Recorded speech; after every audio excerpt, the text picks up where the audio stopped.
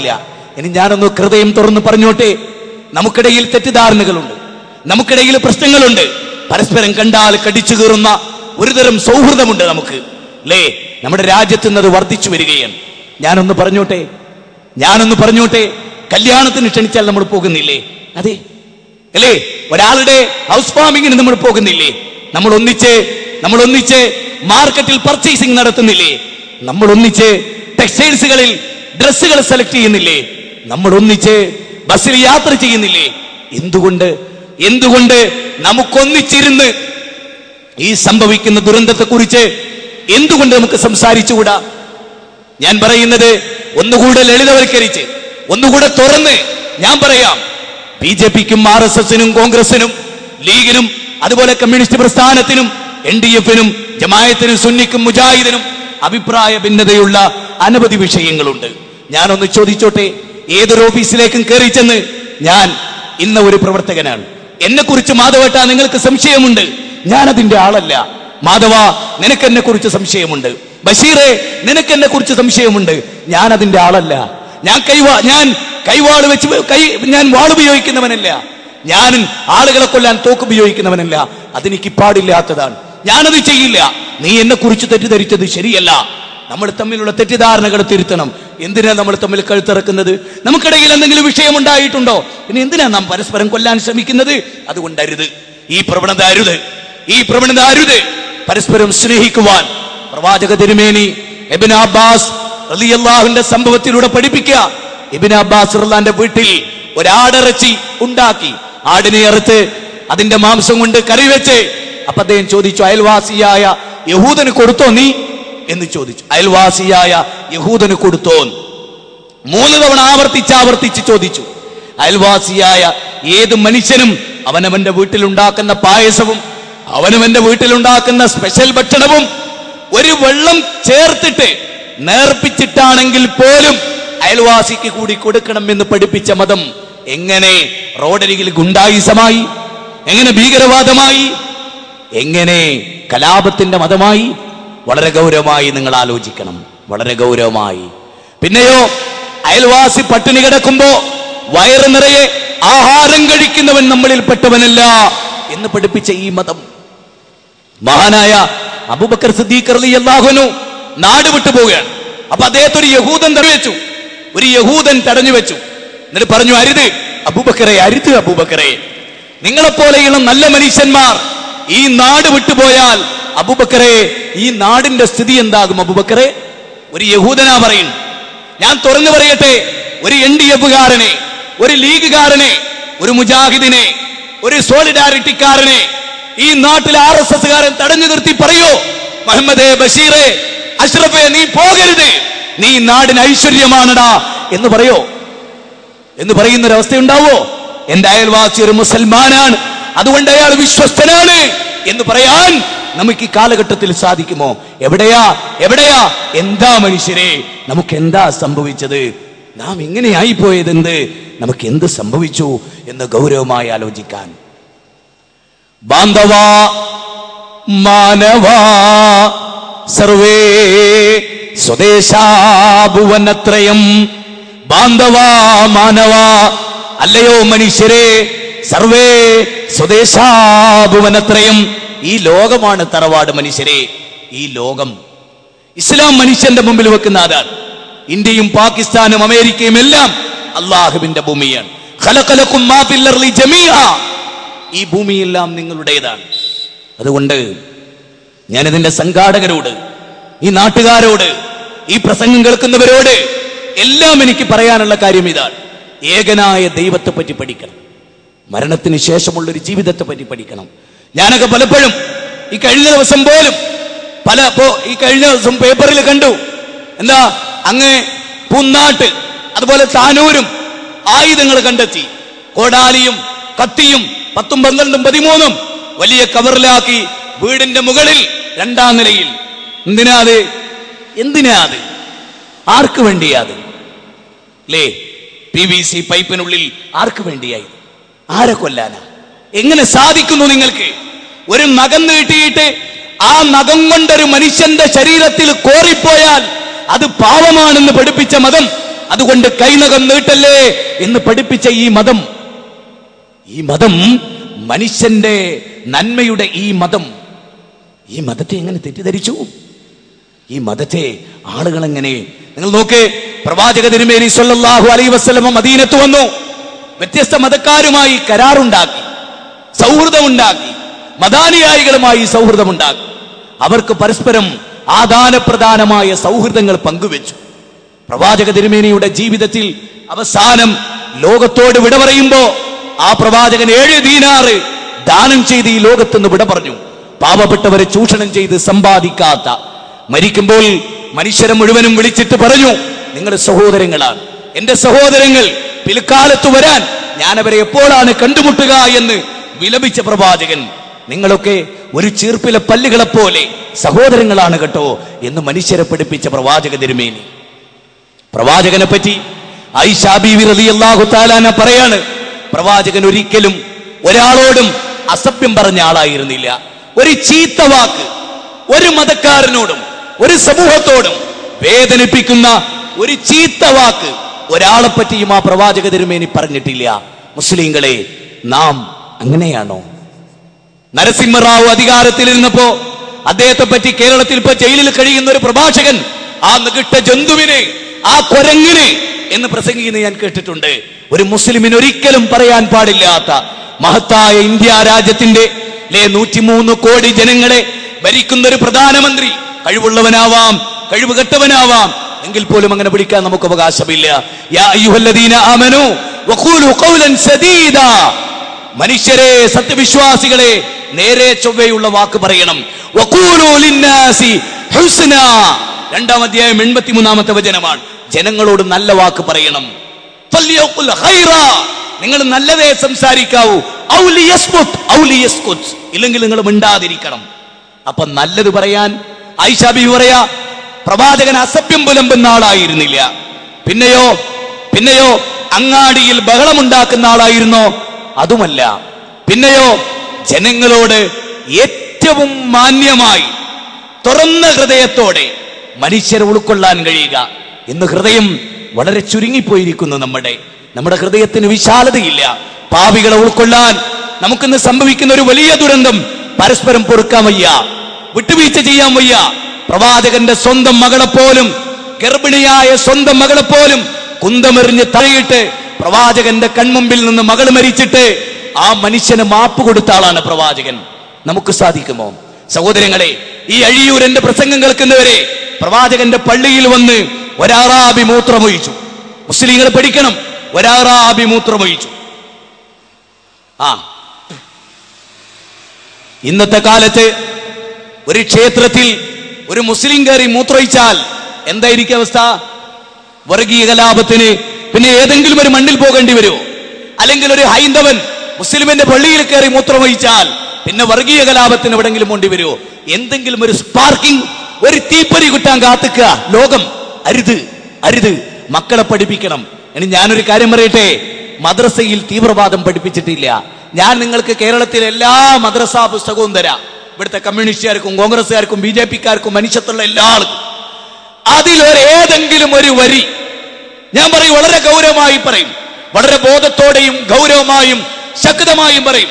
കേരളത്തിലെ ഏതെങ്കിലും ഒരു മദ്രസയിൽ പഠിപ്പിക്കുന്ന പുസ്തകത്തിൽ മാനവികതയ്ക്ക് വിരുദ്ധമായി, മനുഷ്യത്വത്തിന് വിരുദ്ധമായി തീവ്രവാദ സംബന്ധമായ ഒരക്ഷരം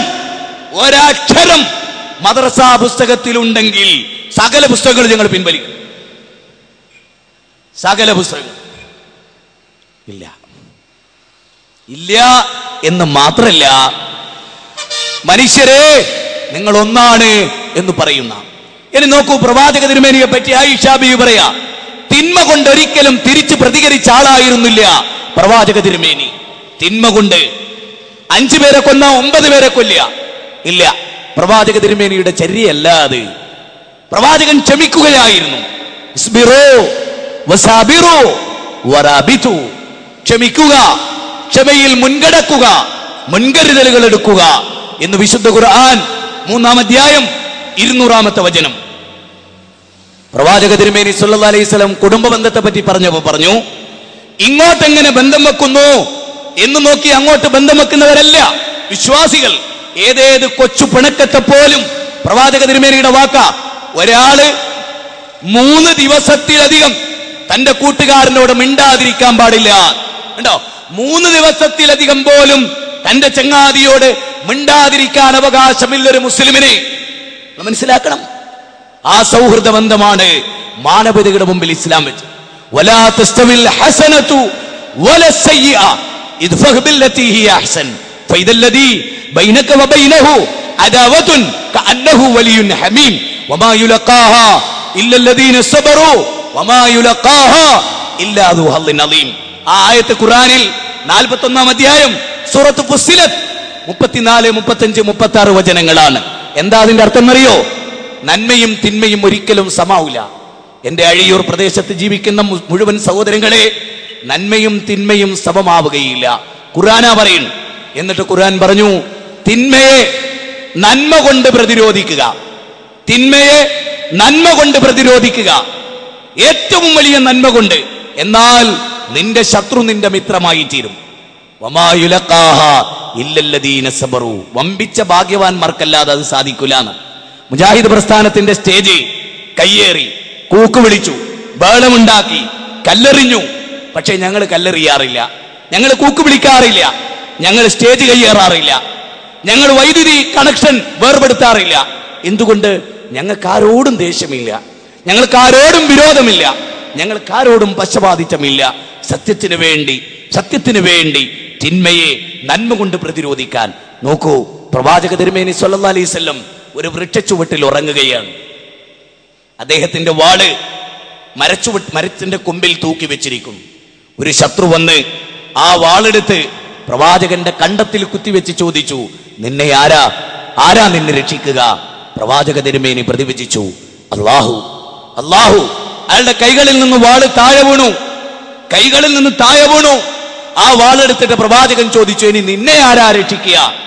അപ്പൊ അദ്ദേഹം പറഞ്ഞു, പ്രവാചക, അങ്ങനെ വിട്ടയക്കണം. ആ പ്രവാചകൻ പറഞ്ഞു, പൊയ്ക്കോ. ഇല്ല, നിന്നോട് ശത്രുതയില്ല, പൊയ്ക്കോ എന്ന് പ്രവാചക തിരുമേനി. ഈ സംഭവം ഉദ്ധരിച്ചുകൊണ്ട് കേരളത്തിന്റെ കവിയായ വള്ളത്തോളം നാരായണ മേനോൻ അല്ലാഹു എന്ന് പറഞ്ഞിട്ടൊരു കവിത എഴുതിയിരുന്നു. അതുകൊണ്ട് ഞാൻ ഇവിടുത്തെ മുസ്ലിങ്ങളോട്, ഇവിടുത്തെ ഏതെങ്കിലും ഒരു മുസ്ലിം, ഏതെങ്കിലും ഒരു ശത്രു നമ്മളെ കൊല്ലാൻ വന്നാൽ പോലും നാം അവരെ തിരിച്ചു കൊല്ലില്ല. ഞങ്ങളുടെ പോളിസി അതാണ്, ഇസ്ലാം ഞങ്ങൾ പഠിപ്പിച്ച അതാണ്. അങ്ങനെ നീ മരിച്ചാൽ നിനക്ക് രക്തസാക്ഷിത്വത്തിന്റെ കൂലിയാണ്. ഒരാളെ അസഭ്യം പറഞ്ഞു, മറ്റേയാൾ മിണ്ടാതിരുന്നു. എങ്കിലും ഞാൻ ചോദിക്കുന്നു, ഈ നാട്ടുകാരോട്, ഇവിടുത്തെ ഹൈന്ദവരോട്, ക്രൈസ്തവരോട്, ഒരു ഹൈന്ദവൻ ഒരു മുസ്ലിം ചീത്ത പറയുന്നു, അല്ലെങ്കിൽ ഒരു മുസ്ലിമിനെ ഹൈന്ദവൻ ചീത്ത പറയുമ്പോ മറുഭാഗത്തുള്ള മിണ്ടാതിരിക്കുന്നു. എങ്കിലും ഞാൻ നിങ്ങളോട് ചോദിക്കുന്നു, ഇവനെ ജനങ്ങളിൽ, ഈ കൂട്ടരിൽ ആരെ സപ്പോർട്ട് ചെയ്യും? തെറി പറയുന്നവനെയാണോ സപ്പോർട്ട് ചെയ്യുക? തെറി കേൾക്കുന്നവനെയാണോ സപ്പോർട്ട് ചെയ്യുക? ചിന്തിക്ക്. ഇസ്ലാം അബൂബക്കർ സിദ്ദീഖ് റളിയല്ലാഹു ഒരു ശത്രു വന്ന് ചീത്ത പറഞ്ഞു, 2 വട്ടം പറഞ്ഞു, 3 വട്ടം പറഞ്ഞു. 4-ാമത്തെ വട്ടം ചീത്ത പറയാൻ വന്നപ്പോ അബൂബക്കർ സിദ്ദീഖ് റളിയല്ലാഹു എഴുന്നേറ്റ്. ഉടനെ പ്രവാചക തിരുമേനി ഇവിടുന്ന് എഴുന്നേറ്റ് പോയി. അബൂബക്കർ സിദ്ദീഖ് റളിയല്ലാഹു വന്നിട്ട് ചോദിച്ചു, ഞാൻ അദ്ദേഹത്തെ തല്ലാനെ എഴുന്നേറ്റ് നിങ്ങൾക്ക് ഇഷ്ടമായില്ല അല്ലേ? പ്രവാചകൻ പറഞ്ഞു, എനിക്ക് ഇഷ്ടപ്പെട്ടില്ല. അബൂബക്കറെ, അവൻ ചീത്ത പറയുമ്പോൾ അവന്റെ കൂടെ പിശാചാണ്, നീ ക്ഷമിച്ചപ്പോൾ നിന്റെ കൂടെ കാരുണ്യത്തിന്റെ മാലാകമാരാണ്. അബൂബക്കറെ, നീ എപ്പോൾ കോപാകുലനായോ അപ്പോൾ നിന്റെ അടുത്ത് പിശാച് പ്രത്യക്ഷപ്പെട്ടു. അബൂബക്കറെ, അതൊരു മുസൽമാന് പാടില്ല. അബൂബക്കറെ. സിദ്ദീഖ് റളിയല്ലാഹു അൻഹു സല്ലല്ലാഹു അലൈഹി വസല്ലം. പ്രവാചകനോട് ഒരാൾ വന്നിട്ട് ചോദിച്ചു, അങ്ങനെ ഉപദേശിക്കണം, അതുകൊണ്ട് എനിക്ക് സ്വർഗത്ത് പോകണം. പ്രവാചക തിരുമേനി സല്ലല്ലാഹു അലൈഹി വസല്ലം പറഞ്ഞു, ലാ തഅലബ്, ലാ തഅലബ്, ലാ തഅലബ്. 3 തവണ പറഞ്ഞു, നീ കോപിക്കരുത്, നീ കോപിക്കരുത്.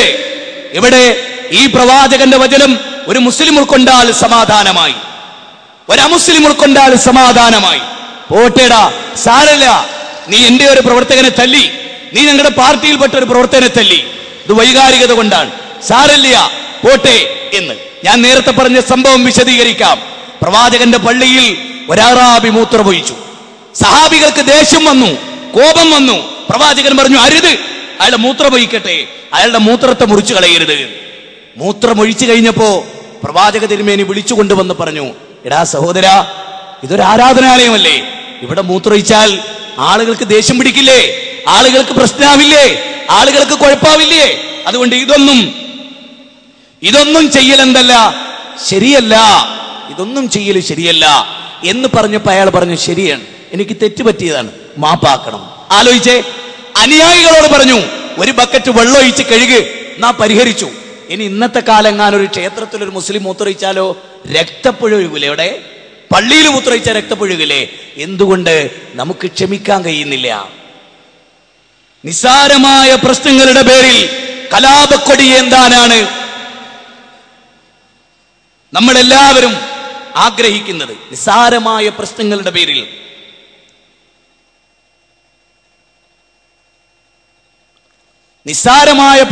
പേരിൽ കലാപക്കൊടി ഏന്തുന്ന ഒരു പ്രവണതയാണ് ഇന്ന് മനുഷ്യ സമൂഹത്തിലുള്ളത്. അതുകൊണ്ട് എനിക്ക് ഈ പ്രദേശത്തുള്ള മുഴുവൻ ആളുകളോടും, നിങ്ങൾ മതത്തെ ശരിക്ക് പഠിക്കണം, മതത്തെ ശരിക്ക് വിലയിരുത്തണം. ഇനി ഇവിടെ പ്രസംഗം കേൾക്കാൻ അപ്പുറത്തും ഒക്കെ ദൂരെ കുറെ ആളുകൾ നിൽക്കുന്നുണ്ടല്ലോ, പോലീസ് ഡിപ്പാർട്ട്മെന്റിലൊക്കെ നിൽക്കുന്നവരുണ്ടല്ലോ, എല്ലാവരും ഉണ്ട്. ഈ ആളുകളോടൊക്കെ ഞാൻ തുറന്നു പറയും, കേരളത്തിലെ മുജാഹിദ് പ്രസ്ഥാനം തുറന്നു പറയും, നമുക്കൊന്ന് നന്നാവണ്ടേ? മനുഷ്യരെ, നാം എന്താ ഇങ്ങനെ എന്ന വിഷയം ഗൗരവമല്ലേ? നിങ്ങൾക്ക് തോന്നുന്നില്ലേ? അതുകൊണ്ട് പരസ്പരം തെറ്റി നിൽക്കുന്ന മുസ്ലിമും ഹിന്ദുവും, ഇനി മുസ്ലിങ്ങൾ തന്നെ തമ്മിലൊക്കെ ഉണ്ടാവും. മരിച്ചു പോകണ്ടേ? ഇന്നില്ലെങ്കിൽ നാളെ നമ്മൾ മരിച്ചു പോകില്ലേ? ഈ ലോകത്തുനിന്ന് വിട പറയില്ലേ? അപ്പൊ ഒരാൾ മരിച്ചു പിരിയുമ്പോ അയാളെ പറ്റി നല്ല അഭിപ്രായം പറയണ്ടേ മനുഷ്യർ?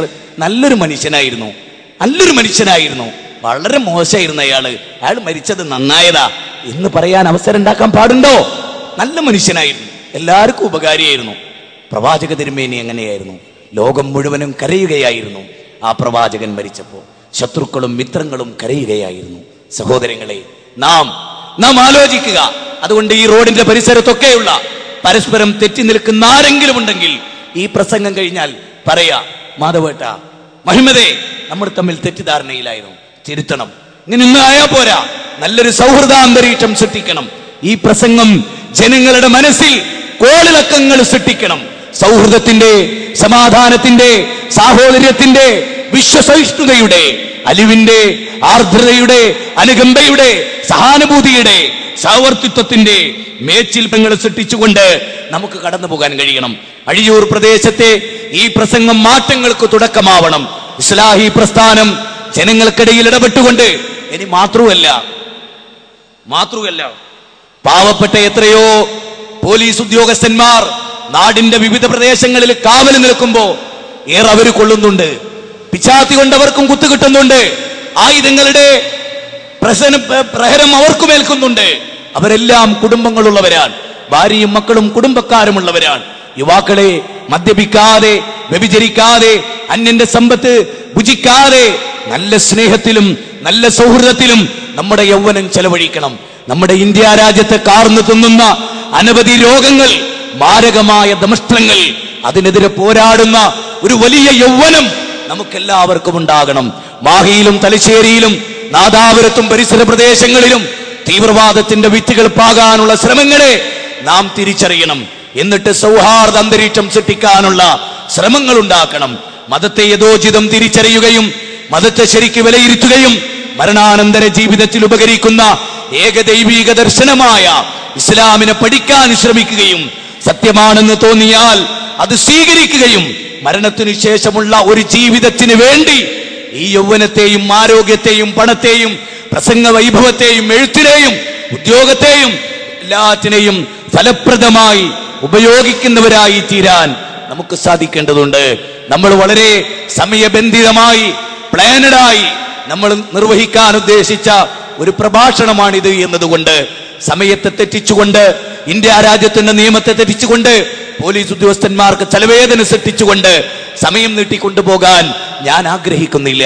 5 സുപ്രധാനമായ പോയിന്റുകളാണ് ഞാൻ ഇവിടെ അവതരിപ്പിച്ചത്. ഒന്ന്, ഈ ലോകത്തിനൊരു സൃഷ്ടാവുണ്ട്, അവൻ എല്ലാവരുടെയും ദൈവമാണ്. ആ ദൈവത്തെ മാത്രം ആരാധിക്കുന്ന സാഹോദര്യത്തിന്റെ സ്ഥിതിവിശേഷം ഈ രാജ്യത്ത് സംജാതമാകണം. രണ്ടാമത്തേത്, ആദമിന്റെയും ഹവ്വായുടെയും മക്കളാണ് നമ്മൾ. അതുവഴി നമ്മൾ ഏകോദര സഹോദരങ്ങളാണ്. മൂന്നാമത്തത്, ഇന്ത്യ രാജ്യം സൗഹൃദത്തിന്റെ ഏറ്റവും വലിയ ഈറ്റില്ലമായിരുന്നു. സ്വാമി വിവേകാനന്ദൻ പ്രശംസിച്ച, ലോകത്തിന്റെ പ്രശംസ പിടിച്ചു പറ്റിയ ഈ കേരള മണ്ണിനെ ഒരു ഭ്രാന്താലയമാക്കി തീവ്രവാദത്തിന്റെ കേന്ദ്രമാക്കി മാറ്റാനുള്ള ശ്രമത്തെ നാം തിരിച്ചറിയണമെന്നതാണ് നാലാമത്തെ പോയിന്റ്. അഞ്ചാമത്തെ പോയിന്റ്, നന്മയും സുഹൃതവും ചെയ്ത് സ്വർഗം കരസ്ഥമാക്കാനുള്ള ശ്രമമാണ് നമ്മുടെ ഭാഗത്തുണ്ടാകേണ്ടത്. അതിനുവേണ്ടിയുള്ള ഒരു ജീവിത സരണി നാം വെട്ടിത്തുറക്കണം. ആറാമത്തത്, മനുഷ്യരെ നാം എന്താ ഇങ്ങനെ എന്ന ചോദ്യത്തിന് മറുപടി കണ്ടെത്തണം. നാം ഇങ്ങനെയായാൽ പോരാ. സൗഹൃദത്തിന്റെയും സമാധാനത്തിന്റെയും അന്തരീക്ഷം സൃഷ്ടിച്ചുകൊണ്ട് കടന്നു പോകാൻ നമുക്ക് സാധിച്ചാൽ, ഇതൊരു വലിയ സൗഹാർദ്ദ സംഗമമായി തീർന്നാൽ, അതൊരു വലിയ നേട്ടമായി കലാശിച്ചാൽ അതൊരു വലിയ കാര്യമാണ്. കേരള നദ്വത്തുൽ മുജാഹിദീൻ പ്രസ്ഥാനം മതത്തെ അറിയുക, മനുഷ്യനെ സ്നേഹിക്കുക എന്ന പ്രമേയത്തിന്റെ സമാപന സമ്മേളനം കൊല്ലത്ത് വെച്ച് നടക്കുകയുണ്ടായി. മതം മനുഷ്യ സൗഹാർദ്ദത്തിന് എന്ന പ്രമേയം 1992 വിശദീകരിച്ച പ്രസ്ഥാനമാണ് ഈ പ്രസ്ഥാനം പാലക്കാടിന്റെ മണ്ണിൽ. അത് കഴിഞ്ഞ് മനുഷ്യരെ മുഴുവനും ഐക്യപ്പെടുത്തുന്ന ഏകോദരലെ മനുഷ്യ സാഹോദര്യത്തിന് ദൈവീക ദർശനം അവതരിപ്പിച്ചുകൊണ്ട് കണ്ണൂർ പിലാത്തറയിൽ ഈ പ്രസ്ഥാനം സമ്മേളനം നടത്തി. ഇൻഷാ അല്ലാഹ് 7ാം സംസ്ഥാന സമ്മേളനം മാനവികതയുടെ, സൗഹാർദ്ദത്തിന്റെ, സ്നേഹത്തിന്റെ, ആർദ്രതയുടെ പുതിയ മേച്ചിൽപ്പുറങ്ങൾ സൃഷ്ടിച്ചുകൊണ്ട് മലപ്പുറത്തിന്റെ മണ്ണിൽ, മലപ്പുറം ഇന്ന് തീവ്രവാദത്തിന്റെ മണ്ണാക്കി മാറ്റാൻ പലരും ശ്രമിച്ചുകൊണ്ടിരിക്കുന്നതിനിടയിൽ ആ മലപ്പുറത്തിന്റെ മണ്ണിൽ വീണ്ടും ഒരു പുതിയ പാട്ടുമായി, സൗഹൃദത്തിന്റെ പുതിയ സ്നേഹത്തിന്റെ ചങ്ങലയുമായി, സാഹോദര്യത്തിന്റെ ബൊക്കയുമായി ഈ പ്രസ്ഥാനം മനുഷ്യർക്കിടയിലേക്ക് കടന്നു ചെല്ലുകയാണ്. നിങ്ങൾ മുജാഹിദ് പ്രസ്ഥാനത്തെ അടുത്തറിയണമെന്നാണ് എനിക്ക് മുസ്ലിങ്ങളോട് പറയാനുള്ളത്. മുജാഹിദ് പ്രസ്ഥാനത്തെ മനസ്സിലാക്കണമെന്നാണ് പോലീസ് ഡിപ്പാർട്ട്മെന്റിനോട് എനിക്ക് പറയാനുള്ളത്. മുജാഹിദ് പ്രസ്ഥാനത്തിന് പെർമിഷൻ കൊടുത്താൽ അത് ദൈവീകമായ പുണ്യമാണ്. മുജാഹിദ് പ്രസ്ഥാനത്തിന് സംരക്ഷണം നൽകിയാൽ അത് രാജ്യസ്നേഹത്തിന്റെ ഭാഗമാണ്. മുജാഹിദ് പ്രസ്ഥാനത്തിന് പ്രൊട്ടക്ഷൻ നൽകിയാൽ അത് ദേശസ്നേഹത്തിന്റെ ഭാഗമാണ്, അത് മാനവിക തത്വത്തിന്റെ ഭാഗമാണ്. ഈ പ്രസ്ഥാനം മനുഷ്യർക്ക് വേണ്ടി നിലകൊണ്ട പ്രസ്ഥാനമാണ്. ആ പ്രസ്ഥാനത്തിന്റെ ചൈതന്യവത്തായ ആദർശമാണ് ഞാൻ നിങ്ങളുടെ മുമ്പിൽ സമർപ്പിച്ചത്. അള്ളാഹു നമ്മെ അനുഗ്രഹിക്കുമാറാകട്ടെ. എല്ലാവിധ തിന്മകളിൽ നിന്നും അള്ളാഹു നമ്മെ കാത്തുരക്ഷിക്കുമാറാകട്ടെ.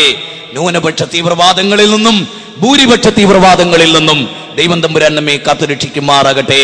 റബ്ബനാ ഹബ് ലനാ മിൻ അസ്വാജിനാ വദുർരിയാതിനാ ഖുർറത അഅ്യുനിൻ വജഅൽനാ ലിൽ മുത്തഖീന ഇമാമാ. റബ്ബനാ ആതിനാ ഫിദ്ദുനിയാ ഹസന വഫിൽ ആഖിറതി ഹസനത വഖിനാ അദാബന്നാർ. ആമീൻ ബിറഹ്മതിക യാ അർഹമർ റഹീമീൻ. അസ്സലാമു അലൈക്കും വറഹ്മത്തുള്ളാഹി വബറകാതുഹു. സഹോദരൻ ഒരു ചോദ്യം എഴുതി തന്നിട്ടുണ്ട്. കാർത്തികേയൻ കറ്റാണമാണ്. ഇസ്ലാം വളരെ പ്രാധാന്യം നൽകുന്ന ഒന്നാണ് ജിഹാദ്.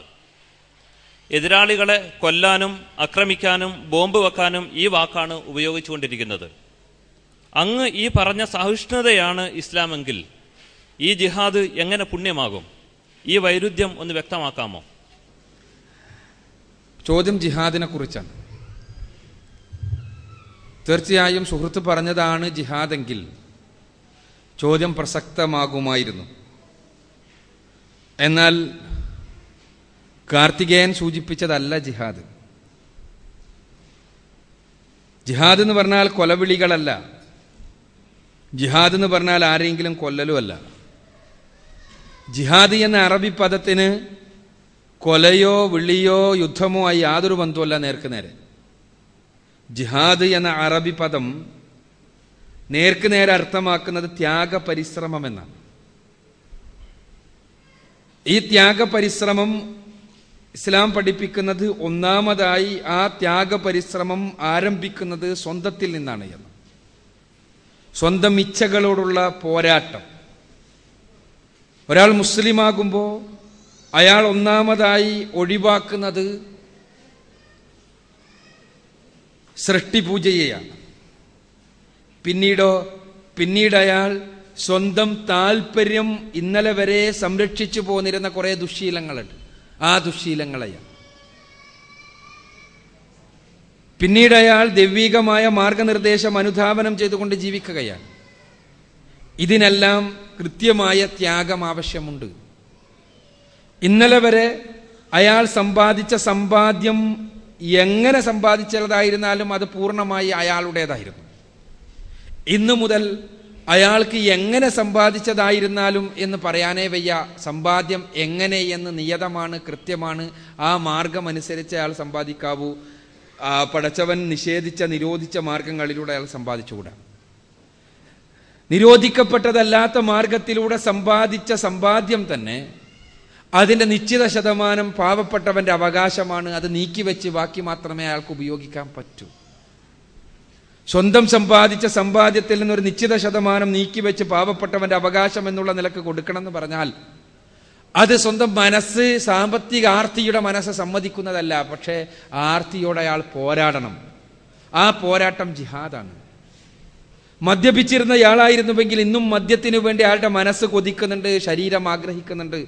പക്ഷെ അയാൾ അതിനെതിരെ പോരാടുകയാണ്. മദ്യഷാപ്പിന് മുന്നിലെത്തുമ്പോൾ അയാളുടെ കാലുകൾ അങ്ങോട്ട് വലിയുന്നുണ്ടെങ്കിലും അയാൾ പിന്നോട്ട് വലിക്കുന്നു. അയാൾ ജിഹാദ് ചെയ്യുകയാണ്. റോട്ടിലൂടെ നടന്നു പോകുമ്പോൾ നഗ്ന സുന്ദരിമാരുടെ അർദ്ധനഗ്നകളും നഗ്നകളുമായ ചിത്രം എല്ലായിടത്തും ഒട്ടിച്ചു വെച്ചിട്ടുണ്ട്. അതിലേക്ക് കണ്ണ് പായിക്കുവാൻ അയാളുടെ മനസ്സാഗ്രഹിക്കുന്നുണ്ട്. പക്ഷെ അയാൾ കണ്ണ് താഴ്ത്തുകയാണ്. എന്തേ? ദൈവം തമ്പുരാൻ നിരോധിച്ചു എന്ന കാരണത്താൽ. ജിഹാദാണ്.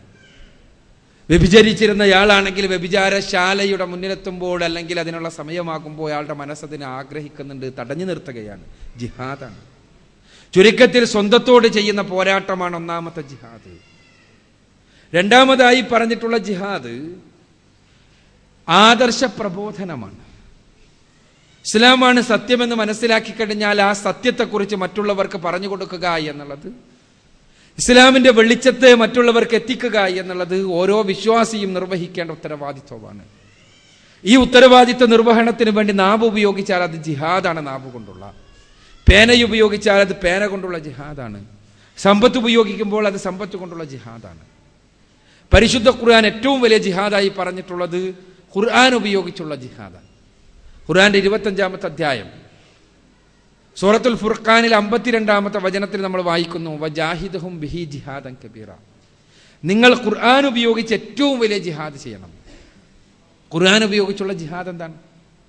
സുഹൃത്ത് കാർത്തികേയൻ എഴുതിയതുപോലെ അത് മറ്റുള്ളവരെ കൊല്ലുവാനുള്ള ആഹ്വാനമാണെങ്കിൽ ഖുർആൻ ഉപയോഗിച്ച് കൊല്ലണമെങ്കിൽ കുറച്ച് ബുദ്ധിമുട്ടുണ്ടല്ലോ. അതിൽ നിന്ന് RDX പുറത്തു വരില്ല, അത് പൊട്ടിത്തെറിക്കില്ല. അത് ആരുടെയെങ്കിലും തല കഴുത്തിൽ വെട്ടിയാൽ മുറിവേൽക്കുകയുമില്ല.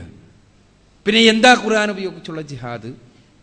പരിശുദ്ധ ഖുർആന്റെ ആശയ പ്രപഞ്ചം, അന്ധകാരങ്ങളെ നീക്കുന്ന അതിശക്തമായ ആശയങ്ങൾ ഉൾക്കൊള്ളുന്ന, ആദർശങ്ങൾ ഉൾക്കൊള്ളുന്ന ഗ്രന്ഥമാണത്. അതുകൊണ്ട് തന്നെ പരിശുദ്ധ ഖുർആൻ ഉപയോഗിച്ചുകൊണ്ട് അന്ധകാരങ്ങൾക്കെതിരെ സമരം ചെയ്യുക എന്നാണ് പരിശുദ്ധ ഖുർആൻ പറയുന്നത്. ജിഹാദിന്റെ രണ്ടാമത്തെ കാര്യമാണ് ഖുർആൻ ഉപയോഗിച്ചുള്ള ജിഹാദ്, ആദർശ പ്രബോധനം എന്ന ജിഹാദ്. മൂന്നാമതായി മുസ്ലിമായി ജീവിക്കുവാനുള്ള സ്വാതന്ത്ര്യം നിഷേധിക്കപ്പെടുമ്പോൾ, ഇസ്ലാം പ്രബോധനം ചെയ്യുവാനുള്ള അവകാശം നിഷേധിക്കപ്പെടുമ്പോൾ, ഈ അവകാശം വീണ്ടെടുക്കുന്നതിന് വേണ്ടി അനിവാര്യമെങ്കിൽ ഇസ്ലാമികമായ രാഷ്ട്ര സംവിധാനത്തിന് ആയുധമേന്തുവാൻ ഇസ്ലാം അനുവാദം നൽകിയിട്ടുണ്ട്. ആ ആയുധമേതുന്നതും ജിഹാദിന്റെ ഭാഗമാണ്. അതല്ല ജിഹാദ്, അത് ജിഹാദായിത്തീരും എന്നർത്ഥം. എപ്പോഴാണത്? മുസ്ലിമായി ജീവിക്കുവാനുള്ള അവകാശങ്ങൾ നിഷേധിക്കപ്പെടുമ്പോൾ. അതേപോലെ തന്നെ ഇസ്ലാമിക പ്രബോധനത്തിനുള്ള സ്വാതന്ത്ര്യം നിഷേധിക്കുമ്പോൾ. അപ്പോൾ ആരാ ചെയ്യേണ്ടത്? ഓരോരുത്തരും വാളെടുത്ത് പോരാടുകയാണോ? അതല്ലെങ്കിൽ ഏതെങ്കിലും മുസ്ലിം സംഘടനകൾ ചെയ്യേണ്ടതാണോ? അതല്ലെങ്കിൽ ഏതെങ്കിലും മുസ്ലിം ഗ്രൂപ്പുകൾ ചെയ്യേണ്ടതാണോ? ഇതൊന്നുമല്ല. ഇസ്ലാമിക രാഷ്ട്രം, ആ രാഷ്ട്രത്തിന്റെ നായകൻ, ആ നായകന് കീഴിലുള്ള ആ രാഷ്ട്രത്തിലെ പൗരന്മാർ, അവരാണ് ഇസ്ലാമികമായ പർപ്പസിന് വേണ്ടിയുള്ള യുദ്ധത്തിന് സന്നദ്ധമാവുക. പ്രവാചകന്റെ ചരിത്രം നമ്മളെ പഠിപ്പിക്കുന്ന പാഠം അതാണ്. അതൊരിക്കലും ഭീകരവാദമല്ല, ആരെയെങ്കിലും കൊന്നൊടുക്കുവാൻ വേണ്ടിയുള്ള ആഹ്വാനമല്ല. യുദ്ധം ചെയ്യുന്നവരുമായിട്ടാണ്. പരിശുദ്ധ ഖുർആൻ പഠിപ്പിച്ചിട്ടുള്ളത് അതാണ്. വഖാതിലൂ ഫീ സബീലില്ലാഹി അല്ലദീന യുഖാതിലൂനകും വലാ തഖ്തദൂ ഇന്നല്ലാഹ ലാ യുഹിബ്ബുൽ മുഖ്തദീൻ. ഖുർആനിലെ 2-ാമത്തെ അധ്യായം സൂറത്തുൽ ബഖറയിലെ 190-ാമത്തെ വചനമാണ്. നിങ്ങൾ യുദ്ധം ചെയ്യണം. ആരുമായി? നിങ്ങളുമായി യുദ്ധം ചെയ്യുന്നവരുമായി. നിങ്ങളുമായി യുദ്ധം ചെയ്യുന്നവരുമായി, മതത്തിന്റെ വിഷയത്തിൽ നിങ്ങളോട് യുദ്ധം ചെയ്യുന്നവരുമായി, നിങ്ങളുമായി പോരാട്ടത്തിന് കടന്നു വരുന്നവരുമായി നിങ്ങൾ പോരാടണം. പക്ഷെ ആ പോരാട്ടത്തിന്റെ രംഗത്തും നിങ്ങൾ പരിധി ലംഘിക്കുവാൻ പാടില്ല, നിങ്ങൾ പരിധി വിടാൻ പാടില്ല. എന്തുകൊണ്ടെന്നാൽ അള്ളാഹു പരിധി ലംഘിക്കുന്നവരെ ഇഷ്ടപ്പെടുന്നില്ല. ഈ പോരാട്ടത്തിന്റെ രംഗത്തായിരുന്നാലും ശത്രു സമാധാനത്തിലേക്ക് ചായ്വ് കാണിച്ചാൽ നിങ്ങളും സമാധാനത്തിലേക്ക് ചായ്വ് കാണിക്കണം. ഖുർആനിന്റെ നിർദ്ദേശം അങ്ങനെയാണ്. അതല്ലാതെ ആർക്കെങ്കിലും എതിരെയുള്ള ആയുധ കലാപങ്ങൾക്കുള്ള പേരല്ല ജിഹാദ്. യഥാർത്ഥത്തിൽ ഇത് ഏത് മതസമൂഹവും അംഗീകരിക്കുന്നതാണ്, ആർക്കും അംഗീകരിക്കാതിരിക്കാൻ നിർവാഹമില്ലാത്തതാണ്. എന്താണ്? ആദർശമനുസരിച്ച് ജീവിക്കുവാനുള്ള സ്വാതന്ത്ര്യം, എനിക്ക് ശരിയെന്ന് തോന്നുന്ന ആദർശമനുസരിച്ച് ജീവിക്കുവാനുള്ള സ്വാതന്ത്ര്യം എനിക്ക് നൽകപ്പെടണം. ഞാൻ ശരി എന്ന് വിശ്വസിക്കുന്ന ആദർശം മറ്റുള്ളവരോട് പറയാനുള്ള സ്വാതന്ത്ര്യവും ഉണ്ടാകണം. ഈ സ്വാതന്ത്ര്യം നിഷേധിക്കപ്പെട്ടാൽ അത് മൗലികാവകാശ ലംഘനമാണ്. ആ മൗലികാവകാശ ലംഘനം ഉണ്ടാകുമ്പോൾ അത് നേടിയെടുക്കുവാൻ ഇസ്ലാമിക രാഷ്ട്രം പ്രതിജ്ഞാബദ്ധമാണ്. അപ്പോഴാണ് ജിഹാദ് സായുധ സമരമായി തീരുന്നത്. അതിലൊരിക്കലും മാനവിക വിരുദ്ധമായ യാതൊന്നുമില്ല, ആർക്കെങ്കിലും എതിരെയുള്ള അതിക്രമമില്ല. അത് തികച്ചും മാനവികമായ പോരാട്ടമാണ്. എന്തുകൊണ്ട് ഇസ്ലാം ജിഹാദ് പറഞ്ഞു, ഇസ്ലാം ഖിതാൽ അല്ലെങ്കിൽ യുദ്ധം പറഞ്ഞു, ആയുധമെടുക്കാൻ പറഞ്ഞു? ഇസ്ലാം പ്രായോഗികമായൊരു ദർശനമാണ്. ഇസ്ലാം അപ്രായോഗികമായ കുറെ സുന്ദര സിദ്ധാന്തങ്ങളല്ല പഠിപ്പിക്കുന്നത്. മറിച്ച് സമാധാനത്തിന് അത് പ്രാധാന്യം നൽകി. പക്ഷേ യുദ്ധം അനിവാര്യമെങ്കിൽ ആ യുദ്ധത്തിലുള്ള നിയമങ്ങളും കൃത്യമായി പഠിപ്പിച്ചു. അതല്ലാതെ യുദ്ധം പൂർണ്ണമായി സാധ്യമല്ല എന്ന് പറഞ്ഞിരുന്നെങ്കിൽ ഇസ്ലാം അപ്രായോഗികമാകുമായിരുന്നു. നമുക്കറിയാം, ബൗദ്ധ ദർശനം അഹിംസയിലധിഷ്ഠിതമായ ദർശനമാണ്. പക്ഷേ അഹിംസ ഒരു ജീവിയെപ്പോലും ഒരു ഉറുമ്പിനെപ്പോലും നോവിക്കാൻ പാടില്ല എന്ന് പറഞ്ഞ ബൗദ്ധ ദർശനത്തെ രാഷ്ട്രത്തിന്റെ ആദർശമായി സ്വീകരിച്ച ജപ്പാനിന് രണ്ടാം ലോക മഹായുദ്ധത്തിന്റെ സമയത്ത് ബൗദ്ധ ദർശനം ബൗദ്ധ പിടികങ്ങളിൽ സ്ഥിതി ചെയ്യട്ടെ, ഞങ്ങൾ തൽക്കാലം യുദ്ധം ചെയ്യട്ടെ എന്ന് പറയേണ്ടി വന്നു. എന്താ കാരണം? അത് അഹിംസ എന്നുള്ളത് ആ ഒരു പരിധി വരെ പ്രായോഗികമാകൂ, പരിധിക്കപ്പുറത്തേക്ക് അത് അപ്രായോഗികമായി തീരും. അതേപോലെ തന്നെ ഒരു മുഖത്തടിച്ചാൽ മറ്റേ മുഖവും കാണിച്ചു കൊടുക്കണമെന്നാണ് ക്രിസ്തു പഠിപ്പിച്ചതെന്നാണ് പറയാറ്. പക്ഷേ ക്രിസ്തു പ്രായോഗിക രംഗത്ത് ആയുധമെടുക്കുവാൻ ആഹ്വാനം ചെയ്തതായിട്ട് നമുക്ക് ലൂക്കോസിന്റെ സുവിശേഷത്തിലെല്ലാം കാണാൻ കഴിയും. മറ്റൊരു വശമാണ്. പക്ഷേ എന്തായിരുന്നാലും ക്രൈസ്തവ ദർശനത്തിനും പലപ്പോഴും ആയുധമെടുക്കേണ്ടി വന്നപ്പോൾ ക്രിസ്തുവിന്റെ ഇത് എന്ന് പറയപ്പെടുന്ന ഈ ഉപദേശത്തെ മാറ്റിവെക്കേണ്ടി വരികയാണ് ചെയ്തിട്ടുള്ളത്. നമുക്കറിയാം, കുരിശുയുദ്ധങ്ങളിലായിരുന്നാലും മറ്റ് രംഗങ്ങളിലെല്ലാം ആയിരുന്നാലും ക്രൈസ്തവ സഭകൾ അനിവാര്യമായ ഘട്ടങ്ങളിൽ ആയുധമെടുത്തപ്പോൾ ക്രിസ്തുവിന്റെ ഉപദേശം അവർക്ക് പ്രയോഗവൽക്കരിക്കാൻ കഴിഞ്ഞില്ല എന്നുള്ളതാണ് യാഥാർത്ഥ്യം. ഇസ്ലാം കേവലം സുന്ദരമായ ആശയങ്ങൾ മാത്രമല്ല ലോകത്തിന്റെ മുന്നിൽ വെക്കുന്നത്, മറിച്ച് ഇസ്ലാമിക ആദർശങ്ങൾ സുന്ദരമാണ്, മാനവികമാണ്, അതോടൊപ്പം തന്നെ അത് പ്രായോഗികവുമാണ്. അപ്രായോഗികമായൊരു നിർദ്ദേശവും ഇസ്ലാം മുന്നോട്ട് വെക്കുന്നില്ല. അനിവാര്യമെങ്കിൽ ആയുധമെടുക്കുവാൻ ഇസ്ലാം അനുവദിക്കുന്നു. പക്ഷെ ആയുധമെടുക്കുമ്പോൾ പോലും അത് മാനവികതക്കാകണമെന്നും സമാധാനം സംസ്ഥാപിക്കുവാൻ വേണ്ടിയാകണമെന്നും ശത്രു സമാധാനത്തിന് സന്നദ്ധമാണെങ്കിൽ അതിലേക്ക് ചായ്വ് കാണിക്കണമെന്നുമാണ് പരിശുദ്ധ ഖുർആൻ പഠിപ്പിക്കുന്നത്. ചുരുക്കത്തിൽ ജിഹാദ് സായുധ പോരാട്ടത്തിന്റെ പേരല്ല. സായുധ പോരാട്ടം ജിഹാദ് ആയിത്തീരും എന്നത് ശരിയാണ്. പക്ഷേ ആ സായുധ പോരാട്ടമാകട്ടെ കേവലം കൊലവിളിയല്ല, ആരെയെങ്കിലും കൊന്നൊടുക്കലല്ല, മറിച്ച് ആദർശ പ്രബോധനത്തിനുള്ള സ്വാതന്ത്ര്യത്തിന് വേണ്ടിയുള്ള പോരാട്ടമാണ്. ആ പോരാട്ടം നിർവഹിക്കേണ്ടത് നിയതമായ കൃത്യമായി നിർദ്ദേശിക്കപ്പെട്ട ആളുകളാണ്. അതല്ലാതെ ആർക്കും എപ്പോഴും എങ്ങനെയും എടുത്ത് ഉന്നയിക്കാൻ കഴിയുന്ന ഒന്നല്ല ഇസ്ലാമിലെ സായുധ സമരം എന്നുള്ളതാണ് യാഥാർത്ഥ്യം. ഇത് മനസ്സിലാക്കാത്തത് കൊണ്ടാണ് ജിഹാദിനെ കുറിച്ചുള്ള തെറ്റിദ്ധാരണയുണ്ടാകുന്നത്. മാത്രമല്ല, ജിഹാദ് തെറ്റിദ്ധരിക്കപ്പെടുകയാണ്. മുസ്ലിമിന്റെ ജീവിതത്തിൽ എല്ലായ്പ്പോഴും ജിഹാദ് ഉണ്ടാകണം എന്ന് ഞാൻ പറഞ്ഞു. ഒരാൾ മുസ്ലിം ആകുന്നതോടുകൂടി അയാൾ ജിഹാദ് ചെയ്യുന്നവനാണ്. മുസ്ലിമിനോട് ജിഹാദ് ചെയ്യാൻ ഖുർആൻ ആഹ്വാനം ചെയ്യുന്നുണ്ട് ആവർത്തിച്ച്. അപ്പോൾ ജിഹാദ് എന്ന് പറഞ്ഞാൽ സായുധ പോരാട്ടമാണ് എന്ന് വരുത്തി തീർത്ത് കഴിഞ്ഞാൽ മുസ്ലിം എപ്പോഴും പോരാടിക്കൊണ്ടിരിക്കുന്നവനാണ് എന്നാണ് വരിക. അപ്പോൾ മുസ്ലിമിനെ ഏത് സമയത്തും കലാപകാരിയാണ് മുസ്ലിം എന്ന് വരുത്തി തീർക്കാൻ ജിഹാദ് എന്ന് പറഞ്ഞാൽ കലാപമാണ്, സായുധമായ പോരാട്ടം മാത്രമാണ് എന്ന് വരുത്തി തീർക്കുന്നത് വഴി കഴിയും. അതിനുകൊണ്ട് തന്നെ ഇസ്ലാമിന്റെ ശത്രുക്കൾ, ഇസ്ലാം വിരുദ്ധ മീഡിയ ബോധപൂർവം പടച്ചെടുത്തിട്ടുള്ള ഒരു മിഥ്യയായ ആദർശമാണ് ഈ ജിഹാദ് എന്ന് പറഞ്ഞാൽ സായുധ പോരാട്ടം മാത്രമാണ് എന്ന ആദർശം. അത് തെറ്റാണ്, അത് അടിസ്ഥാനരഹിതമാണ്. അങ്ങനെ ആരെങ്കിലും കരുതുന്നുണ്ടെങ്കിൽ അത് മുസ്ലിമായാലും അല്ലാത്തവരാണെങ്കിലും അത് തെറ്റിദ്ധാരണയാണ് എന്നാണ് സൂചിപ്പിക്കുന്നത്. എൻ്റെ പേര് കേശവൻ. ഈ ഖുർആൻ വിശ്വാസമനുസരിച്ച് സൽസ്വഭാവികളായി വളരുന്ന മുസ്ലിം സമൂഹം ലോകത്തെവിടെയും ഇന്ന് ഭീകരതയിലേക്ക് വഴുതി വീഴുന്നതായിട്ട് കാണുന്നു. ഇതിന് വല്ല പ്രത്യേക കാരണവുമുണ്ടോ എന്നാണ് നിൽക്കുന്നത്. വളരെ പ്രസക്തമായൊരു ചോദ്യമാണ്. ജ്യേഷ്ഠ സുഹൃത്ത് കേശവനോട് ചോദിച്ചിട്ടുള്ളത്. ഒരുപാട് നിഷ്പക്ഷരായ മനുഷ്യരുടെ മനസ്സിലുള്ളൊരു ചോദ്യം.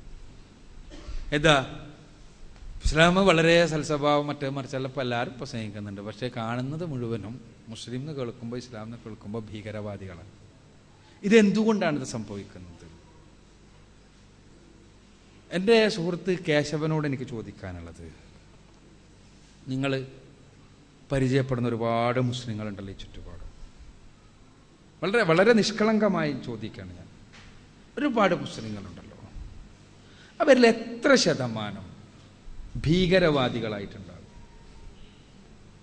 എത്ര ആളുകളുണ്ടാകും തീവ്രവാദികളായി? ഉത്തരം വളരെ വ്യക്തമാണ്.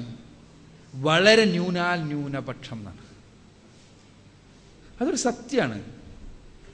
കേരളത്തിൽ ചില തീവ്രവാദി പ്രസ്ഥാനങ്ങൾ പ്രവർത്തിക്കുന്നുണ്ട്, ഇല്ല എന്നൊന്നും ഞാൻ പറയുന്നില്ല. ആ തീവ്രവാദി പ്രസ്ഥാനങ്ങളിൽ ആളുകളുടെ എണ്ണം എത്ര ന്യൂനപക്ഷമാണ് എന്നുള്ളത് നിങ്ങൾക്ക് പരിശോധിച്ചാൽ മനസ്സിലാകും. പക്ഷേ അതിനെയാണ് വിഗ്രഹവൽക്കരിക്കുന്നത്, വലുതാക്കി കാണിക്കുന്നത്. ആര്? മീഡിയ. മീഡിയക്ക് അതിൻ്റെ ലക്ഷ്യമുണ്ട്. ഞാനത് പറയുന്നത്, ഞാൻ പറഞ്ഞു വന്നത്, മുസ്ലിങ്ങൾ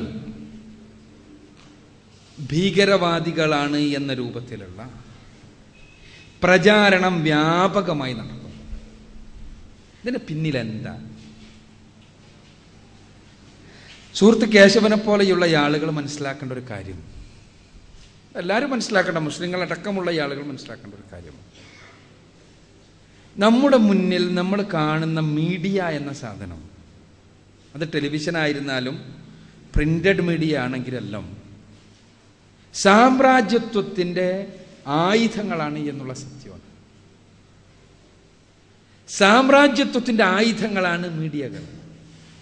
ഇത് ഞാൻ പറയുന്നതല്ല, നോം ചോംസ്കിയെ പോലെയുള്ള, എഡ്വേർഡ് സെയ്ദിനെ പോലെയുള്ള മീഡിയ രംഗത്തെ പാശ്ചാത്യ വിദഗ്ധന്മാർ പറയുന്നതാണ്. എന്താണ് ആയുധം എന്ന് പറയുമ്പോൾ?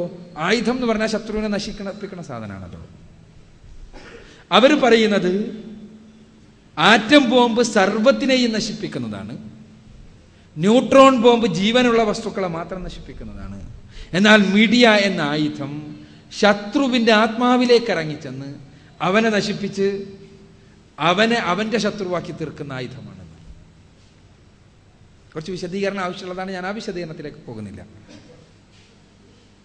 ഈ മീഡിയ കഴിഞ്ഞ ഒരു നൂറ്റാണ്ട് കാലമായി ഇസ്ലാം ഭീകരവാദമാണ് എന്ന പ്രചാരണം വ്യാപകമായി നടത്തിക്കൊണ്ടിരിക്കുന്നു. ആ പ്രചാരണത്തിന് ഇരട്ട അളവുകോലുകൾ അവർ ഉപയോഗിച്ചുകൊണ്ടേയിരിക്കുന്നു. ഞാൻ വളരെ സിമ്പിളായിട്ടുള്ള ചില കാര്യങ്ങൾ പറയാം, വളരെ സിമ്പിളായിട്ടുള്ള കാര്യങ്ങൾ. നമ്മളിങ്ങനെ TV കണ്ടുകൊണ്ടിരിക്കുക, ടെലിവിഷൻ കണ്ടുകൊണ്ടിരിക്കുമ്പോൾ ഒരു ശാസ്ത്രീയമായ കണ്ടുപിടുത്തത്തെക്കുറിച്ച് ഇങ്ങനെ വിശദീകരിക്കുന്നു, ശാസ്ത്രജ്ഞനെയും കാണിക്കുന്നുണ്ട്. ശാസ്ത്രജ്ഞനെ കാണിക്കുമ്പോൾ ശാസ്ത്രജ്ഞന് നല്ല താടിയുണ്ട്. അപ്പോൾ നമ്മളിങ്ങനെ കണ്ടുകൊണ്ടിരിക്കുമ്പോൾ, ശാസ്ത്രീയമായ കണ്ടുപിടുത്തങ്ങൾ വിശദീകരിച്ചു കൊണ്ടിരിക്കുമ്പോൾ നമ്മളുടെ മനസ്സിൽ ആ താടിയെക്കുറിച്ചുള്ള ചിന്ത എന്താ? അയാളുടെ ശാസ്ത്രീയമായ കണ്ടുപിടുത്തത്തിൻ്റെ, അന്വേഷണത്തിൻ്റെ, ബുദ്ധിജീവനത്തിൻ്റെ എല്ലാം പ്രതീകമാണ് നമ്മുടെ മനസ്സിലുള്ള ആ താടി. ശാസ്ത്രീയമായ കണ്ടുപിടുത്തത്തെക്കുറിച്ച് പറഞ്ഞുകൊണ്ടിരിക്കെ ഇയാളുടെ പേര് പറയുന്നു, അയാളൊരു അബ്ദുസ്സലാം എന്ന് പറയാണ്. അപ്പോൾ നമ്മളുടെ മനസ്സ് മാറി, അയാളൊരു മതമൗലികവാദിയാണ് നമ്മൾ തീരുമാനിച്ചു കഴിഞ്ഞു. എന്തേ കാരണം? ഒരേ താടി തന്നെ ഒരു നിമിഷം കൊണ്ട് ശാസ്ത്രീയമായ മുന്നേറ്റത്തിൽ നിന്ന് മതമൗലികവാദത്തിലേക്ക് വഴിമാറിയത് എങ്ങനെ? നിങ്ങൾക്കറിയാലോ, മുസ്ലിം സ്ത്രീകൾ ഉപയോഗിക്കുന്ന വസ്ത്രം ഏകദേശം അതേ രൂപത്തിൽ ഉപയോഗിക്കുന്ന ആളുകളാണ് കന്യാസ്ത്രീകൾ. കന്യാസ്ത്രീകളുടെ വസ്ത്രം നമ്മൾ കാണുമ്പോൾ അത് കാരുണ്യത്തിൻ്റെയും സേവനത്തിൻ്റെയും അത് മനുഷ്യത്വത്തിൻ്റെയും എല്ലാം ചിഹ്നമായി നമ്മളുടെ മനസ്സിലുണ്ടാകുന്നു. അതേ വസ്ത്രം മുസ്ലിം സ്ത്രീൻ്റെ കാണുമ്പോഴോ ജഡത്വത്തിൻ്റെയും പിന്നോക്കത്തിൻ്റെയും അറിവില്ലായ്മയുടെയും അന്ധകാരത്തിൻ്റെയും എല്ലാം ചിഹ്നമായി മാറും. എന്തേ പ്രശ്നം? ഒരേ ബോംബ് പാകിസ്ഥാൻ ഉണ്ടാക്കുമ്പോൾ അത് ഇസ്ലാമിക ബോംബാക്കുന്നു. അമേരിക്ക ഉണ്ടാക്കുമ്പോഴോ അത് മാനവികതയ്ക്ക് വേണ്ടിയുള്ള ബോംബാകും. നമ്മുടെ മനസ്സിലുള്ളതാണ് ഞാൻ പറയുന്നത്. സദ്ദാം ഹുസൈനെ നമ്മൾ ഇസ്ലാമിന്റെ പേരിലാണ് പ്രതിക്കൂട്ടിൽ നിർത്തുക. എന്തേ ഹിറ്റ്ലർ സത്യക്രിസ്ത്യാനിയല്ലേ? അയാളെ ക്രിസ്ത്യൻ ഹിറ്റ്ലർ എന്ന് ആരെങ്കിലും വിളിച്ചിട്ടുണ്ടോ? ആരെങ്കിലും വിളിച്ചിട്ടുണ്ടോ ചരിത്രത്തിൽ ഹിറ്റ്ലർ ക്രിസ്ത്യൻ ഹിറ്റ്ലറിന്? അൽ ഖായിദ ഇസ്ലാമിക തീവ്രവാദി സംഘടനയാണ്. എന്നാൽ കത്തോലിക്കാർ നടത്തുന്ന ഐറിഷ് റിപ്പബ്ലിക്കൻ ആർമി IRA, ബ്രിട്ടനെതിരെ സമരം നടത്തിക്കൊണ്ടിരിക്കുന്ന അയർലൻഡുകാരുടെ ഇതേ രൂപത്തിലുള്ള അൽ ഖായിദയെ പോലെ തന്നെ, അല്ലെങ്കിൽ അതേ രൂപത്തിൽ തന്നെ നടത്തുന്ന, അതല്ലെങ്കിൽ അൽ ഖായിദയെ പോലെ എന്ന് പറഞ്ഞുകൂടാ, നമ്മുടെ ഈ പ്രഭാകരന്റെ മറ്റേതെല്ലാം ഉണ്ടല്ലോ ശ്രീലങ്കൻ പരിപാടി, അതേപോലെ നടത്തുന്ന ആളുകളെ എന്തേ കത്തോലിക്ക ഭീകരന്മാരെന്ന് വിളിക്കാത്തത്? എന്താ വ്യത്യാസം? എവിടെയാണ് വ്യത്യാസം ഉണ്ടാകുന്നത്? അവിടെ വ്യക്തമായൊരു ലക്ഷ്യത്തിന് വേണ്ടി ഉപയോഗിക്കപ്പെടുന്നു എന്നുള്ളതാണ് സത്യം. ഇസ്ലാം ഭീകരതയാണ് എന്ന് വരുത്തണം. അങ്ങനെ മുസ്ലിങ്ങളെ ഭീകരവാദികളാക്കി തീർക്കണം. ഇതിനു വേണ്ടി മീഡിയ പരിശ്രമിക്കുന്നു. മീഡിയക്ക് ലക്ഷ്യം എന്താണെന്ന് വെച്ചാൽ മുസ്ലിങ്ങൾ ഇസ്ലാമിക പ്രബോധനം നടക്കരുത്. ഇസ്ലാമിക പ്രബോധനം എന്തുകൊണ്ട് നടക്കരുത്? അവരുടെ കച്ചവട താല്പര്യങ്ങൾക്കുള്ള പ്രതിരോധം ഇന്ന് ഇസ്ലാം മാത്രമാണ്. നിങ്ങൾ എന്ത് പറഞ്ഞാലും സത്യമാണത്. എന്ത് നിങ്ങൾ എങ്ങനെ പറഞ്ഞാലും അതിന് മതപരമായ വർഗീയമായ ഛായകളൊന്നും നൽകേണ്ടതില്ല. ഞാൻ നേരത്തെ വസ്ത്രത്തിന്റെ പറഞ്ഞല്ലോ. എന്താ ഇസ്ലാമിക വസ്ത്രം ഇത്ര മോശമാകാൻ കാരണം? ഇത്ര മോശമായി ചിത്രീകരിക്കപ്പെടാൻ കാരണം? ആ വസ്ത്രം ധരിക്കുന്നതോടുകൂടി പെണ്ണിനെ ചൂഷണം ചെയ്യുവാനുള്ള സകല വാതിലുകളും അടക്കുകയാണ്. പെണ്ണെങ്ങനെ ചൂഷണം ചെയ്യപ്പെടുന്നത്? നിങ്ങൾക്കറിയാലോ, ഇപ്പൊ അടുത്ത കാലത്തായി ഇന്ത്യയിൽ നിരന്തരം ലോകസുന്ദരിമാരാണ്. സുഷ്മിത സെൻ ഉണ്ടായിരുന്നു, ഇപ്പൊ ഐശ്വര്യ റായ് ഉണ്ടായി, ഇനി ലോകസുന്ദരി രണ്ടാമത്തെ പട്ടങ്ങൾ ഇങ്ങനെ കിട്ടിക്കൊണ്ടിരിക്കുക. എന്തിനാ? എന്താ ഇന്ത്യയിൽ ഈ ഒരു 10 കൊല്ലം മുമ്പൊന്നും സുന്ദരിമാര് ജനിച്ചിട്ടില്ലേ? ഇപ്പൊ മാത്രം എന്തേ ഇന്ത്യ ഒരു കൺസ്യൂമർ സൊസൈറ്റി ആയി മാറുന്നതിന്റെ ഭാഗം. അപ്പൊ എന്താ, ഐശ്വര്യ റായിയെ ഇന്ത്യയുടെ പ്രതീകമാവണം. ആ ഐശ്വര്യ റായി പിന്നെ തേക്കുന്ന സോപ്പ് തേക്കാൻ നമുക്ക് പറയാൻ കഴിയണം പെണ്ണിനോട്. പെണ്ണിന്റെ ഒരു മാനസികാവസ്ഥയുണ്ട്, സ്ത്രീയുടേതായ ഒരു ചപലമായ മാനസികാവസ്ഥ ഉണ്ട്. നമുക്കറിയാലോ, ഒരു പ്രകടനാത്മകതയിൽ അധിഷ്ഠിതമായ ഒരു മാനസികാവസ്ഥ. അത് പെണ്ണിന്റെ ചാപല്യ. ആ ചാപല്യത്തെ മുതലെടുത്തിട്ട് ഇന്ന ക്രീം തേച്ചോ, ഇന്ന സോപ്പ് തേച്ചോ, ഇന്ന ഓയിൽ തേച്ചോ, എന്തെങ്കിലും ഐശ്വര്യ റായി ആകാം, സുഷ്മിത സെൻ ആകാം എന്ന് പഠിപ്പിക്കണം. അല്ലെങ്കിലോ അപ്പോ അവളറിയാതെ അവളെ ചൂഷണം ചെയ്യാം. ഇന്ന് നമ്മുടെ സൂപ്പർ മാർക്കറ്റുകളിൽ ബ്യൂട്ടിയുമായി ബന്ധപ്പെട്ട അല്ലെങ്കിൽ സൗന്ദര്യവർദ്ധക വസ്തുക്കളായി നിരത്തി വെച്ചിട്ടുള്ള സാധനങ്ങളിൽ എത്ര ശതമാനം നമുക്ക് ആവശ്യമുള്ളത്? ഒന്നും ആവശ്യമില്ല. പക്ഷേ ഇത് വാങ്ങണതല്ല ആരാ? ഈ പാവപ്പെട്ട പെണ്ണുങ്ങൾ. ഈ വസ്ത്രം ഇടുന്നതോടുകൂടി പിന്നെ അത് വാങ്ങാൻ ആരെങ്കിലും കിട്ടൂല. അപ്പൊ അതുകൊണ്ട് തന്നെ ഈ വസ്ത്രത്തിനെ തമസ്കരിക്കണം. പ്രകടനാത്മക സൗന്ദര്യം ഉണ്ടാകുമ്പോഴേ അവളെ ചൂഷണം ചെയ്യാൻ കഴിയൂ. ഇതാണ് തലം. അതേപോലെ തന്നെ എന്താണ്, അവര് ബിസിനസ്സിന് വേണ്ടി ഉപയോഗിക്കുന്ന സാമ്രാജ്യത്വത്തെ സംബന്ധിച്ചിടത്തോളം കച്ചവടമല്ലാത്ത വേറൊരു ദൈവോൽക്കില്ല. ലാഭമാണ് അവരുടെ ദൈവം, കച്ചവടമാണ് അവരുടെ ക്ഷേത്രം. വേറെ ഒന്നൊരു പടച്ചോനുമില്ല അവര്.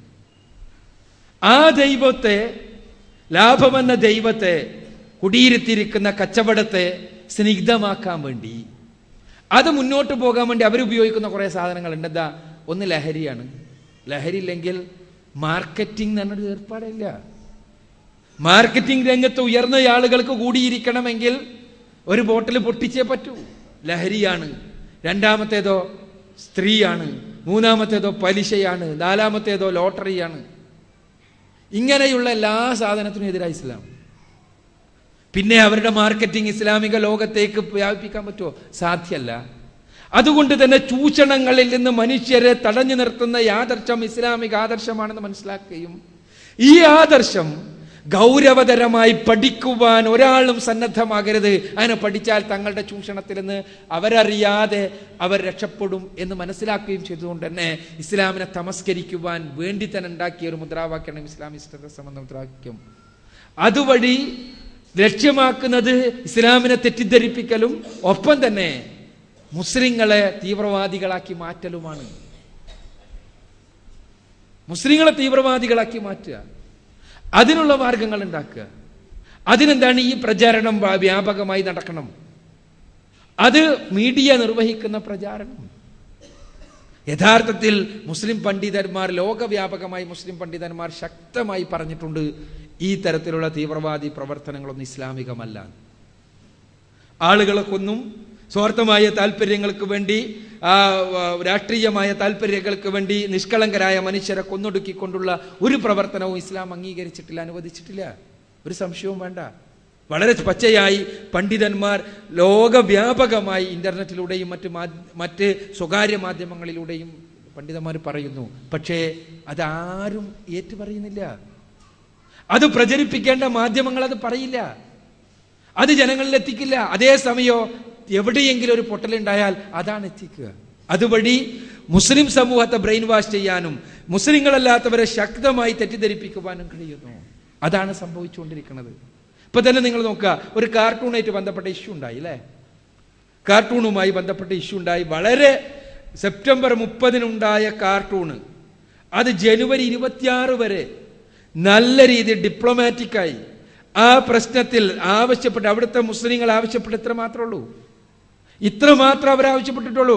ഡാനിഷ് പീനൽ കോഡ് പ്രകാരം 266 വകുപ്പ് പ്രകാരം, അല്ലെങ്കിൽ 144 വകുപ്പ് പ്രകാരം, 2 വകുപ്പുകൾ പ്രകാരവും ഈ കുറ്റവാളികളെ, പ്രവാചകനെ വളരെ മ്ലേച്ഛമായി ചിത്രീകരിച്ച ആളുകളെ 2 വർഷം വരെ തടവിനെ ശിക്ഷിക്കുവാൻ അവിടുത്തെ പീനൽ കോഡിൽ വ്യവസ്ഥ ഉണ്ട്. ആ വ്യവസ്ഥ നടപ്പാക്കണമെന്നേ പറഞ്ഞുള്ളൂ. ആ വ്യവസ്ഥ നടപ്പാക്കണമെന്ന് മാത്രമേ പറഞ്ഞുള്ളൂ. പുറത്ത് ആരും അറിഞ്ഞിട്ടുണ്ടായിരുന്നില്ല. പക്ഷേ അവിടുത്തെ ഗവൺമെന്റ് വളരെ മോശമായി പ്രതികരിച്ചു.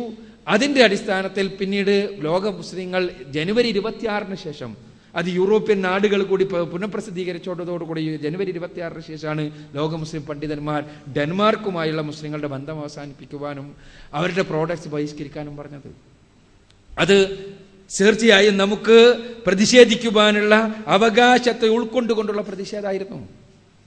പക്ഷേ ആ പ്രതിഷേധം തെരുവിലിറങ്ങിയപ്പോ ചില ആളുകൾ ചില സ്ഥലങ്ങളിൽ അത് സാമൂഹ്യ ദ്രോഹികളുടെ കൈകളിലായി. അത് കത്തിക്കലിലേക്കും അക്രമങ്ങളിലേക്കും പോയി. ശരിയാണ്. പക്ഷെ അത് അക്രമത്തിലേക്ക് പോയ ഉടനെ തന്നെ ലോകത്തെ പ്രഗത്ഭരായ പണ്ഡിതന്മാർ, മദീനയിലെ പണ്ഡിതന്മാരും ഈജിപ്തിലെ പണ്ഡിതന്മാരും ഒരേപോലെ പറഞ്ഞു, മുസ്ലിം പണ്ഡിതന്മാർ, ഇത് ഇസ്ലാമികമല്ല, ഇസ്ലാം പഠിപ്പിച്ചിട്ടില്ല, ഇത് തെറ്റാണ്, ചെയ്യാൻ പാടില്ല, നിങ്ങൾ പ്രതിഷേധിക്കണം നാം. പക്ഷെ പ്രതിഷേധം ഒരിക്കലും അതിക്രമത്തിലേക്ക് കടക്കാൻ പാടില്ല. പക്ഷെ ഒരൊറ്റ മീഡിയ അത് റിപ്പോർട്ട് ചെയ്തില്ല. അതേസമയം ഒരു സ്ഥലത്ത് ഒരു തീ വെച്ചത് പോലും മീഡിയ ഭയങ്കരമായിട്ട് കൊടുത്തു. അതുവഴി ഉണ്ടാവുന്ന ഒരു വികാരം എന്താണ്? ലോകത്ത് ഇങ്ങനെ തന്നെയാണ് പ്രതിഷേധിക്കാന്ന് മുസ്ലിങ്ങളും, ഇതാണ് മുസ്ലിങ്ങളുടെ പ്രതിഷേധ രീതി എന്ന് ബാക്കിയുള്ളവർ മനസ്സിലാക്കും. ഇങ്ങനെ മുസ്ലിങ്ങളെ ഭീകരവാദവൽക്കരിക്കുവാൻ വേണ്ടി ബോധപൂർവമായ പരിശ്രമം നടക്കുന്നു. അങ്ങനെ അതിനുവേണ്ടി മീഡിയ പണിയെടുക്കുന്നു. അല്ലാതെ ഖുർആനും തിരുസുന്നത്തും അല്ല ഭീകരവാദം വളർത്തുന്നത്. ഇങ്ങനെ എല്ലാം പണിയെടുത്തിട്ട് തന്നെ മുസ്ലിങ്ങളിലെ ഒരു ന്യൂനപക്ഷം മാത്രമേ അതിന് അടിമകളായിട്ടുള്ളൂ. അതിന്റെ ആ മീഡിയയുടെ കുതന്ത്രത്തിൽ കുടുങ്ങി മുസ്ലിങ്ങളെ ന്യൂനപക്ഷം മാത്രമേ ഇരകളായി മാറിയിട്ടുള്ളൂ. അവർ ഇരകളായി മാറാണ് ചെയ്യുന്നത്. കാരണം അവർ വിചാരിക്കുന്നത് മുസ്ലിങ്ങളുടെ മോചനത്തിനാണ് തങ്ങൾ ചെയ്യുന്നതാണ്. പക്ഷെ യഥാർത്ഥത്തിൽ മീഡിയ ഉണ്ടാക്കുന്ന, ഇസ്ലാം വിരുദ്ധരുണ്ടാക്കുന്ന കെണിയിൽപ്പെടുന്ന ഇരകൾ മാത്രമാണ് അവരായിത്തീരുന്നത്. യഥാർത്ഥത്തിൽ ഇസ്ലാം പഠിപ്പിക്കുന്നത് വ്യക്തമായ സമാധാനമാണ്.